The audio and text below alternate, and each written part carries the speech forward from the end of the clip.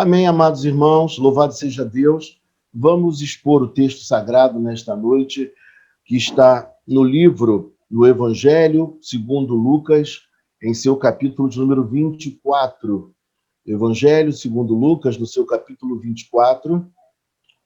Nós faremos uma leitura um tanto quanto extensa, mas é uma leitura apropriada para que nós entendamos a riqueza, a beleza do texto que está à nossa frente. Diz assim a palavra do Senhor, Lucas, capítulo de número 24, versículo 13 em diante. Diz assim a palavra do Senhor. Naquele mesmo dia, 2 deles estavam de caminho para uma aldeia chamada Emaús, distante de Jerusalém, 60 estádios. E iam conversando a respeito de todas as coisas sucedidas. E aconteceu que, enquanto conversavam e discutiam, o próprio Jesus se aproximou e ia com eles. Os seus olhos, porém, estavam como que impedidos de o reconhecer. Então lhes perguntou Jesus: que é isto que vos preocupa e de que ides tratando à medida que caminhais? E eles pararam entristecidos. Um, porém, chamado Cleopas, respondeu dizendo: és o único, porventura, que, tendo estado em Jerusalém, ignoras as ocorrências destes últimos dias? Ele lhes perguntou: quais? E explicaram o que aconteceu a Jesus, o Nazareno, que era varão profeta, poderoso em obras e palavras, diante de Deus e de todo o povo.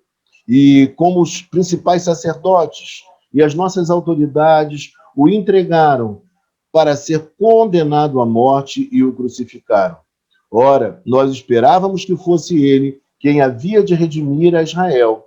Mas depois de tudo isto, é já este o terceiro dia desde que tais coisas sucederam. É verdade também que algumas mulheres das que conosco estavam nos surpreenderam tendo ido de madrugada ao túmulo e, não achando o corpo de Jesus, voltaram dizendo terem tido uma visão de anjos, os quais afirmavam, ou melhor que afirmam, que ele vive. De fato, alguns dos nossos foram ao sepulcro e verificaram a exatidão do que disseram as mulheres, mas não o viram. Então lhes disse Jesus: honestos e tardos de coração, para crer tudo o que os profetas disseram. Porventura não convinha que o Cristo padecesse e entrasse na sua glória? E começando por Moisés, discorrendo por todos os profetas, expunha-lhes o que a seu respeito constava em todas as Escrituras. Quando se aproximava, fez ele menção de passar adiante, mas eles o constrangeram, dizendo: fica conosco, porque é tarde e o dia já declina. E entrou para ficar com eles. E aconteceu que, quando estavam à mesa, tomando ele o pão, abençoou-o, e tendo-o partido, lhes deu. Então se lhes abriram os olhos e o reconheceram, mas ele desapareceu da presença deles. E disseram um ao outro: porventura, não nos ardia o coração quando ele pelo caminho nos falava, quando nos expunha as Escrituras? E, na mesma hora, levantando-se, voltaram para Jerusalém, onde acharam reunidos 11, e outros com eles, os quais diziam: o Senhor ressuscitou e já apareceu a Simão. Então, os dois contaram o que lhes acontecera no caminho e como fora por eles reconhecido no partir do pão. Vamos orar mais uma vez. Senhor Deus e Pai, te agradecemos pela tua palavra e te pedimos agora que o Senhor fale ao nosso coração. É assim que nós te rogamos e te agradecemos por tudo, porque o fazemos em o nome santo de Jesus Cristo, o teu Filho amado. Amém.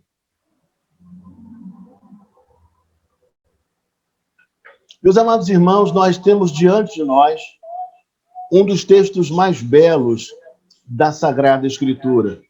Eu tenho no meu coração um apreço muito grande por Lucas capítulo 24, a partir do versículo 13. Parece que esse texto é um texto que quanto mais eu leio, quanto mais eu estudo para pregar, mais o meu coração é contagiado o mais ainda eu consigo aprender, porque o conteúdo é um conteúdo inesgotável. E a beleza desse texto é porque ele consegue conjugar as emoções do ser humano, aquilo que o ser humano sente, as suas desventuras, as suas preocupações, os seus temores, tudo aquilo que envolve a vida humana.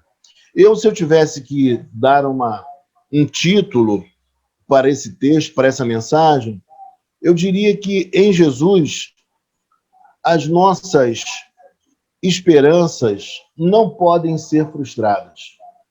Aparentemente, nós por vezes estamos sendo frustrados por algum motivo, por algum problema, por algum sentimento que invade, pervade a nossa alma.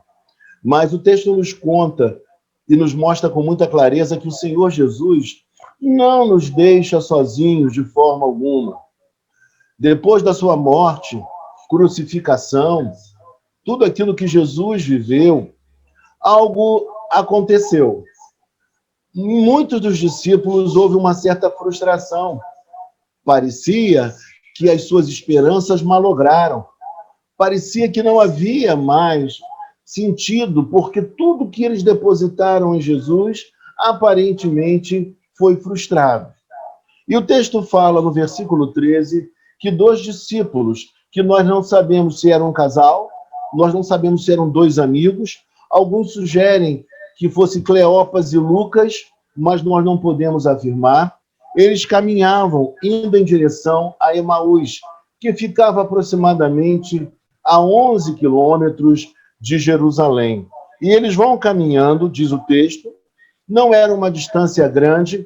Eu não posso dizer que o texto queira nos informar de que eles desistiram e foram embora, não dá margem para isso, mas uma coisa o texto fala, eles estavam profundamente tristes, eles estavam, na verdade, cogitando sobre todos aqueles eventos e tentando se refazer. O texto nos fala, no versículo 14, da seguinte forma: eles iam conversando a respeito de todas as coisas sucedidas. Era a temática daqueles dias. Era, de fato, a notícia mais fresca. Era a manchete. Era aquilo que as pessoas estavam conversando. A crucificação de Jesus Cristo. E o texto nos fala ainda que, no versículo 16, que os seus olhos, porém, estavam como que impedidos de o reconhecer. O que aconteceu? Jesus se colocou ao lado deles, mas de uma forma que eles não podiam reconhecê-lo. E o que é interessante desse texto é porque, na verdade, Jesus faz justamente isso. Diante dos problemas da vida, das aflições que todos nós temos, Jesus ele sempre se põe ao nosso lado. Ele está conosco, ele não se ausenta, por mais que nós estejamos vivendo um momento aflitivo, um momento conturbado.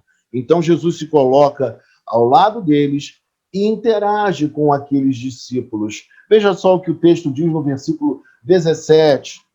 Então lhes perguntou Jesus: que é isso que vos preocupa? E de que ides tratando à medida que caminhais? O que nós vemos aqui é que eles estavam preocupados. Uma preocupação até legítima, mas preocupados, apesar de tudo aquilo que eles haviam aprendido com Jesus Cristo. Apesar de tudo aquilo que eles sabiam das Escrituras Sagradas, mas que eles não conseguiam conectar com a pessoa de Jesus Cristo. Jesus Cristo, ele está sempre no controle. Nós não precisamos e não devemos ficar demasiadamente aflitos, nem tampouco preocupados. E aí Jesus, para interagir com eles, Jesus pergunta: o que ides tratando à medida que caminhais? E eles pararam entristecidos. Esse era o estado deles, porque eles nutriam expectativas. E que expectativas eram essas? De que Jesus seria o libertador, que ele tiraria a nação de Israel do domínio romano, que era um domínio que já vinha desde o ano 63 a.C., quando, na verdade, toda aquela região era dominada pelo Império Romano. Então, essa era a expectativa. A expectativa deles era de uma libertação nacional. Eles não conseguiam enxergar e ver um propósito redentivo espiritual da parte do Senhor. E quando chega no versículo 18, porém chamado Cleopas respondeu dizendo: és o único porventura que, tendo estado em Jerusalém, ignoras as ocorrências desses últimos dias? Como não saber das manchetes? Como não saber do assunto que é o assunto da última hora? É a morte de Jesus Cristo, o que aconteceu com ele. Meus irmãos, quando Jesus interage com eles desta maneira, Jesus, na verdade, não está pedindo informações. Jesus sabe de todas as coisas. Jesus sempre fez perguntas para que, uma vez sabendo o que se passa no coração das pessoas, ele pudesse consertar, acertar, direcionar os posicionamentos equivocados. E é justamente o que acontece aqui. Veja no versículo de número 19. Veja comigo. O texto diz assim: E ele lhes perguntou quais. E explicaram o que aconteceu a Jesus o Nazareno, que era varão profeta. Duas coisas importantes aqui. A primeira é que Jesus pergunta para poder identificar o que se passava com eles, quais eram as ideias que eles nutriam para poder orientá-los melhor, para devolver a eles a esperança que havia malogrado. E aí o texto diz que eles entendiam que Jesus era varão profeta. Jesus era de fato profeta, mas ele não era apenas profeta. Ele era profeta, rei, sacerdote, o Filho de Deus, o Verbo encarnado, o Messias prometido à casa de Israel. Olhar para Jesus apenas como um profeta é ter uma percepção diminuta da sua pessoa. E hoje, quando nós observamos que muita gente olha para Jesus e o vê como uma Maitreya, como um grande ser iluminado, outros o veem como um grande psicólogo, outros o veem como um grande filósofo, é, na verdade, uma maneira de reduzir quem Jesus Cristo é. Ele é o Filho de Deus, o Salvador, aquele que ressuscitou e venceu a morte. E o texto prossegue nos dizendo: poderoso em obras e palavras diante de Deus e de todo o povo. E como os principais sacerdotes e as nossas autoridades o entregaram para ser condenado à morte e o crucificaram. Qual é a questão deles aqui? Eles estavam como que questionando como aquele que, na verdade, seria o nosso libertador, ele foi entregue à morte por nossas autoridades. Aquele que deveria nos redimir, ele, na verdade, morreu. E agora, as nossas esperanças, para onde vão? Por mais que algumas mulheres tivessem ido ao túmulo e visto que ele não estava lá, ainda assim, aquele testemunho não era suficiente para eles. O testemunho das mulheres não tinha peso naquela época, naquele momento histórico. E aí, meus irmãos amados, quando chega no versículo 21, ora, nós esperávamos que fosse ele quem havia de redimir a Israel. Eles nutriam no coração a expectativa de que Jesus seria o grande libertador de toda a opressão vivida pela nação, para que eles pudessem voltar à vida normal, para que eles pudessem viver a expressão plena da sua religiosidade, da sua cultura. Era o que eles mais desejavam.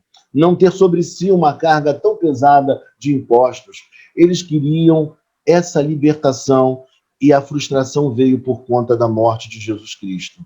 Nós esperávamos. Essa era a expectativa que eles nutriam. Expectativas equivocadas. Eles andavam entre aqueles que seguiam a Jesus. Eles eram discípulos também, mas eles não conseguiam compreender perfeitamente qual era a mensagem de Jesus Cristo. Esse é um grande risco que nós encontramos também em nossa época. Muitas pessoas se aproximam de Jesus, muitas pessoas se achegam à igreja, mas não compreendem perfeitamente a mensagem do Senhor. Por vezes, em razão de cultos onde a palavra de Deus não é exposta. Às vezes, porque, na verdade, não conseguem compreender o propósito espiritual da vida e só olham para a vida pelo âmbito material apenas. E o texto fala, Ora, nós esperávamos que fosse ele quem havia de redimir a Israel, mas depois de tudo isto, é já este o terceiro dia, desde que tais coisas sucederam. Eles não conseguiam ver que antes da glorificação havia a cruz. Eles não conseguiam perceber no sofrimento, na dor, algo que pudesse vir a redundar em algo positivo. Eles não conseguiam ter essa compreensão jamais. Era algo difícil para eles. E por vezes também é assim conosco, em pleno século XXI, numa sociedade profundamente hedonista, que busca o prazer pelo prazer. Nós, por vezes, não conseguimos olhar em meio às nossas lutas e dificuldades, em meio aos nossos problemas, os nossos embates, os nossos esforços, em que essas coisas estão somando para o nosso crescimento, para a nossa vida. Nós queremos, na verdade, vencer e sempre vencer. Mas, por vezes, nós precisamos aprender na pedagogia de Deus, com as dificuldades e com os problemas que vêm sobre nós. Versículo 22. É verdade também que algumas mulheres das que conosco estavam nos surpreenderam, tendo ido de madrugada ao túmulo, e não achando o corpo de Jesus, voltaram dizendo terem tido uma visão de anjos, os quais afirmavam que ele vive. De fato, alguns dos nossos foram ao sepulcro e verificaram a exatidão do que disseram as mulheres, mas não o viram. Para eles era muito importante ver o corpo de Jesus Cristo, ter um encontro com Jesus Cristo ressuscitado. Parece que o testemunho ou os testemunhos não eram fortes o suficiente. E aí o texto, no versículo 25, quando Jesus Cristo diz assim: então lhes disse Jesus, honestos e tardos de coração. O que Jesus quer dizer é o seguinte: eles tinham pouco conhecimento, pouco entendimento espiritual, honestos, uma deficiência cognitiva, mas não em termos de formação intelectual, mas sim espiritual. Eles não conseguiam entender o que estava se passando. E Jesus diz, honestos e tardos de coração. Eles eram lentos. Eles eram, de fato, pessoas lerdas. Eles não conseguiam entender a dimensão e a profundidade daquilo que Jesus havia ensinado, da mensagem, do centro, do cerne da mensagem de Jesus. Honestos e tardos de coração. Parece que o grande problema aqui era justamente o coração. O coração deles ainda não havia sido aberto pelo Espírito Santo. Eles não haviam se convertido de verdade para compreender as realidades espirituais. Eles não conseguiam compreender. E mais um outro problema que o versículo 25 nos informa. O texto diz, para crer em tudo que os profetas disseram.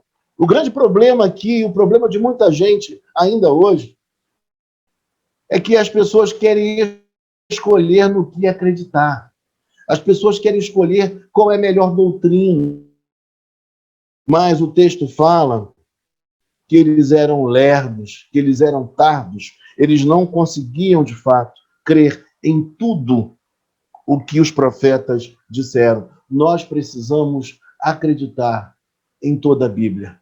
Nós precisamos entender que aquilo que estava no Antigo Testamento e que Jesus vai relatar a eles aqui, apontava para Jesus Cristo.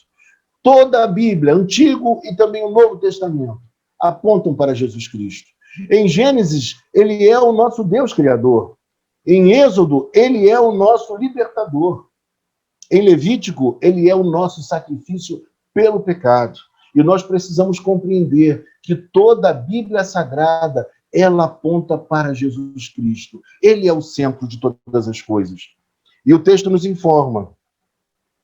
Versículo 26. Porventura não convinha que o Cristo padecesse e entrasse na sua glória? Vocês não lembram, vocês não leram que isso fazia parte? Isso fora dito desde o início, desde o Gênesis? Mas eles não conseguiam ver assim. Eles não conseguiam ver como o sofrimento poderia ser um estágio até chegar à glorificação. E, por vezes, nós também, diante das nossas lutas, não conseguimos ver no que o sofrimento pode redundar em alguma coisa positiva. Mas eu diria para você que as nossas maiores lições na vida, elas não foram obtidas nos momentos de festividades. As nossas maiores lições na nossa vida, elas vieram diante de momentos muito difíceis. Porque na pedagogia de Deus, nós aprendemos mais em meio às dificuldades, aos problemas existenciais.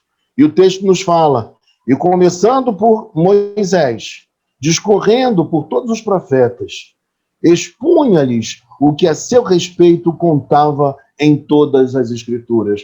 Obviamente, ele deve ter falado sobre o próprio Evangelho, que está em Gênesis capítulo 3, versículo 15. Ele deve ter falado, por exemplo, de Gênesis 22, quando nós vemos a passagem na qual Abraão chega quase a ponto de sacrificar o seu filho Isaque, mas o Senhor provê, que ali aparece a expressão Jeová Jiré, porque o Senhor provê o sacrifício no momento exato. Ele deve ter falado também para eles sobre Isaías 53, que fala sobre o servo sofredor. Jesus, na sua missão, ele teria de sofrer por amor de nós, porque ele carregou sobre si o meu pecado e o seu pecado, os nossos pecados. E o texto nos fala, veja comigo, por todos os profetas expunha-lhes o que a seu respeito contava em todas as Escrituras. Jesus está com eles, Jesus está no caminho com eles, falando e se reportando às passagens do Antigo Testamento. Mas eles estão como que impedidos de o reconhecer. Mas é o próprio Senhor Jesus quem fala com eles. E assim é conosco também. Parece que a palavra do Senhor ganha mais sentido quando nós a ouvimos com o nosso coração aberto, com o Espírito Santo falando ao nosso coração e nos conduzindo. Não temos que lê-la apenas com o nosso intelecto. Tem muita gente que pensa que apenas o intelecto é suficiente, mas nós precisamos da iluminação do Espírito Santo. Versículo 28. Quando se aproximavam da aldeia para onde iam, fez ele menção de passar adiante. Então Jesus sinaliza que vai continuar. Mas o que acontece? Versículo 29. Mas eles o constrangeram, dizendo, fica conosco, porque é tarde e o dia já declina. E entrou para ficar com eles. Olha que coisa curiosa, que coisa interessante. Então, eles constrangem a Jesus a ficar com a seguinte argumentação. Isso é importante, preste atenção. Já é tarde e o dia declina. Ou seja, como se dissesse, Jesus, essas estradas são perigosas, sem saber que era Jesus, obviamente. Fica conosco, permanece conosco, pernoita conosco, porque esses caminhos são perigosos. Você pode ser assaltado, pode ter algum homem violento no caminho, algum animal feroz. Permaneça conosco. É como acontece às vezes conosco, né? Ficamos preocupados quando amigos nossos saem um pouco mais tarde da nossa casa e nos preocupamos com o retorno em dias de tanta violência como os dias atuais. Mas o texto fala que ele entrou para ficar com eles. Jesus, ele não se ausenta. Jesus, ele tem tempo para destinar a nós. Eu costumo dizer que amigo é aquele que, quando chega, foge à pressa. Nós, quando estamos diante de amigos verdadeiros, parece que a gente consegue lidar com o tempo de maneira mais tranquila, porque ele é importante para nós. Quando nós estamos à mesa com pessoas queridas e a conversa está boa, a gente quer manter aquele intercâmbio, aquele momento tão prazeroso. E aqui acontece a mesma coisa. Eles queriam mais, eles queriam conversar mais com aquele que estava falando coisas tão importantes, que fazia com que renascesse do íntimo, do interior de cada um deles, uma nova esperança. Parece que eles estavam recobrando a esperança diante da vida, da sua entrega, de tudo que eles depositaram em Jesus Cristo. E aí o texto nos diz assim, olha que coisa linda. Versículo 30. E aconteceu que, quando estavam à mesa, tomando ele o pão, abençoou-o e, tendo partido, lhes deu. Algumas coisas que nós precisamos abordar aqui no versículo 30. A primeira delas é que Jesus, sem que eles soubessem que era Jesus, ele assume o lugar do anfitrião. Quem deveria abençoar o pão seria, ou seja, aquele que estava recebendo. mas aqui quem faz é Jesus, as posições são trocadas. Ele assume o lugar daquele que estava recepcionando. E ele é quem dá a bênção, é ele quem parte o pão. E diz o texto que ele partiu o pão e o abençoou. E tendo partido, lhes deu. Então aconteceu uma coisa por demais espetacular. Olha só o que diz o versículo 31. Então se lhes abriram os olhos.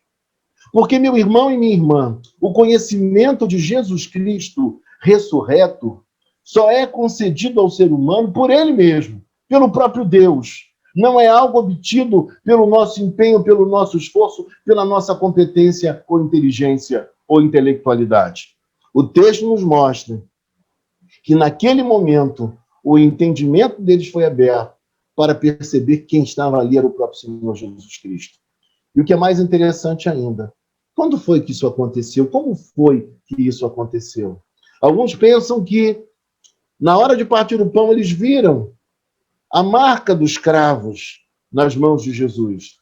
Outros pensam, e eu creio mais dessa forma, que algum gesto muito habitual de Jesus foi reconhecido por eles. É como nós que temos uma relação contínua com um amigo, com uma amiga, ou até mesmo com um pregador, nós sabemos já as palavras que são próprias a ele, o gestual desse pregador, dessa pessoa, ainda que ele esteja disfarçado, nós sabemos reconhecer que é aquela pessoa. É um gesto próprio, uma palavra própria, nós conseguimos perceber. E justamente nessa hora, de uma maneira espetacular, extraordinária, o próprio Deus permitiu, se revelou a eles, e eles puderam ver que quem estava com eles durante toda aquela caminhada, todo aquele tempo, era o próprio Jesus, era o Senhor Jesus Cristo que estava com eles. E aí o texto nos fala que ele desapareceu da presença deles. E na sequência, no versículo de número 32, e disseram um ao outro, porventura não nos ardia o coração quando ele pelo caminho nos falava? Meus irmãos, sempre que Jesus Cristo fala ao nosso coração, alguma coisa dentro de nós se processa. Há uma convulsão, as nossas emoções são ativadas, nós ficamos numa situação completamente diferente, porque é Deus falando conosco, o nosso coração, as nossas emoções são afetadas. E foi justamente o que aconteceu aqui. Era bom, era esperançoso ouvir aquilo que Jesus tinha a dizer, embora não soubessem que era Jesus quem estava com eles. Meus irmãos, quando nós ouvimos a palavra de Deus e o nosso coração está aberto, nós queremos ouvir mais, nós queremos conhecer mais, queremos entender com maior profundidade ainda a palavra do nosso Deus. E o texto nos fala que enquanto ele falava, o coração ardia. É muito triste quando o nosso coração não arde mais. Quando nós ouvimos a pregação da palavra de Deus e a nossa vida não é impactada por essa palavra, não é transformada, não é modificada, quando não é despertado em nós novas decisões, quando não é despertado em nós o desejo de viver mais para Deus, de viver de forma diferente, de melhorar a nossa conduta, de acertar a nossa trajetória, de reformar a nossa vida. E o texto nos fala, nesse verso ainda, veja comigo, quando nos expunha às Escrituras. Eu diria para você nesta hora que os pregadores, os pastores, eles precisam voltar a valorizar a palavra de Deus. Muitos estão pregando diversos assuntos, até assuntos de algum valor, mas eles não pregam aquilo que é mais necessário, que é o Evangelho, que é a palavra de Deus. Parece que os pastores estão perdendo a vibração com a própria palavra. Estão dando uma porção bem diminuta do conteúdo bíblico às pessoas. Elas não querem ouvir, elas não aguentam muito tempo, elas estão com o horário marcado. Meu amado, minha amada, quando Deus fala ao nosso coração, o nosso coração arde. Quando Deus fala conosco, nós somos impactados pela exposição das Escrituras Sagradas. E aí você lembra qual foi o motivo, qual foi a argumentação para que Jesus ficasse com eles? Eles estavam o quê? Preocupados com o perigo da estrada. Poderia acontecer alguma coisa, algum assaltante, algum animal feroz, alguma coisa poderia acontecer. Fica conosco, porque é tarde e o dia já declina. Mas quando chega no versículo de número 33, eles se esquecem completamente da preocupação, dessas possibilidades difíceis que poderiam acontecer no caminho, até mesmo do possível cansaço de terem feito uma caminhada, uma jornada de 11 quilômetros, e agora fazer outra vez 11 quilômetros. Mas o texto fala para nós que na mesma hora, veja no verso 33, e na mesma hora, levantando-se, voltaram para Jerusalém. Sabe por quê? Porque a esperança foi recobrada. Um novo ânimo. Eles viram que as esperanças que eles nutriam não eram infundadas. Havia uma razão de ser. A dedicação, a vida que eles levavam, tudo aquilo que eles fizeram seguindo Jesus tinha valor, importância e significado, porque o Senhor havia ressuscitado e aparecera a eles no partir do pão. Então, na mesma hora, eles voltam porque havia uma urgência agora. Que urgência era essa? De comunicar aos demais, aos 11, que eles reconheceram Jesus no partir do pão e que tudo aquilo que já fora falado era verdade. Ele, de fato, havia ressuscitado. Ou seja, e se ele ressuscitou, a nossa esperança renasce. Tem razão de ser na nossa vida. E o texto nos diz assim, vejam comigo, versículo 34.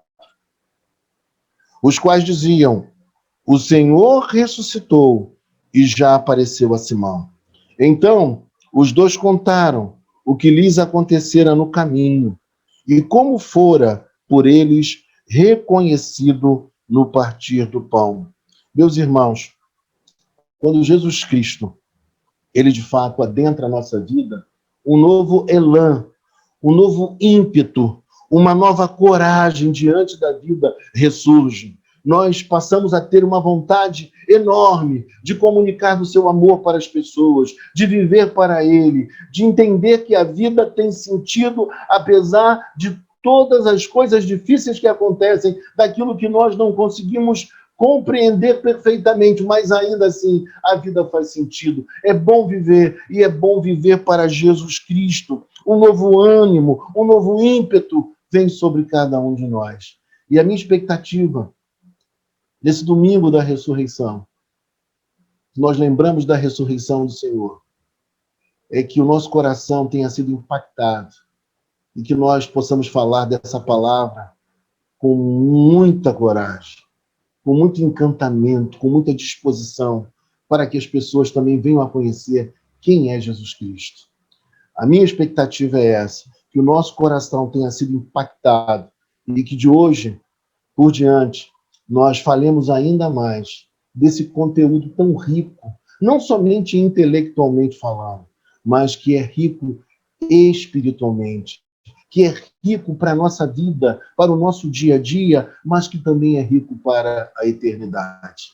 Lá no capítulo 12 de Êxodo, nós temos a Páscoa.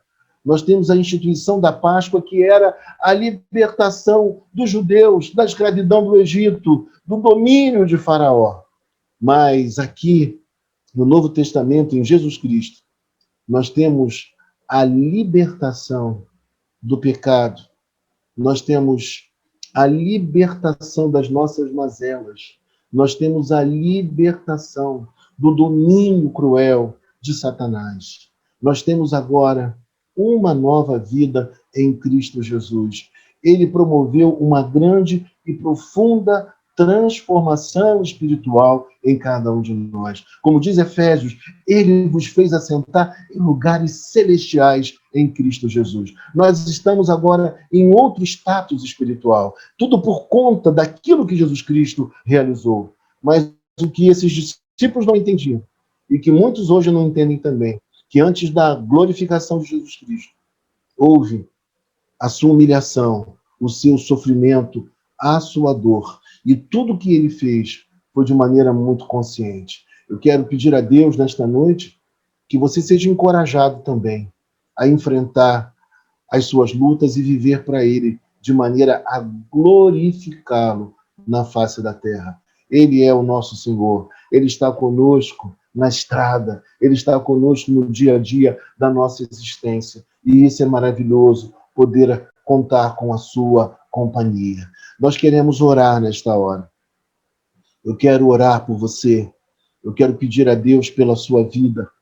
Eu quero pedir a Deus pelo seu coração, para que ele possa arder, que ele possa realmente ser aquecido pela palavra do Senhor, que você possa compreender que toda a Bíblia, ela fala de Jesus Cristo e aponta para Jesus Cristo. Ele é o centro da nossa mensagem. Vamos orar nesta hora. Vamos orar também por aqueles que estão precisando de cura, aqueles que estão precisando de uma bênção profissional, financeira, daqueles que estão aflitos na alma, daqueles que estão precisando de mais força, de mais coragem para enfrentar os seus próprios problemas. Que você possa entender que antes da glória existe a luta. As nossas vitórias mais bonitas, mais esplendorosas, elas foram construídas em meio a muita dor, a muito sofrimento, da mesma forma que aconteceu com o nosso Senhor. Mas ele ressuscitou, e se ele ressuscitou, nós também ressuscitamos com ele. Nós nos identificamos com ele na sua morte. E por conta disso temos os benefícios da sua morte. E na sua ressurreição também nós nos identificamos com ele e nós temos os benefícios da sua ressurreição. Louvado seja o nome do Senhor. Você que nos assiste, você que está conosco, se você tem uma necessidade, se você quer começar uma nova caminhada, se você quer conversar inclusive comigo e com o reverendo Ricardo sobre assuntos espirituais, sobre a palavra de Deus, nós estamos também à sua disposição. Você pode nos procurar. Vamos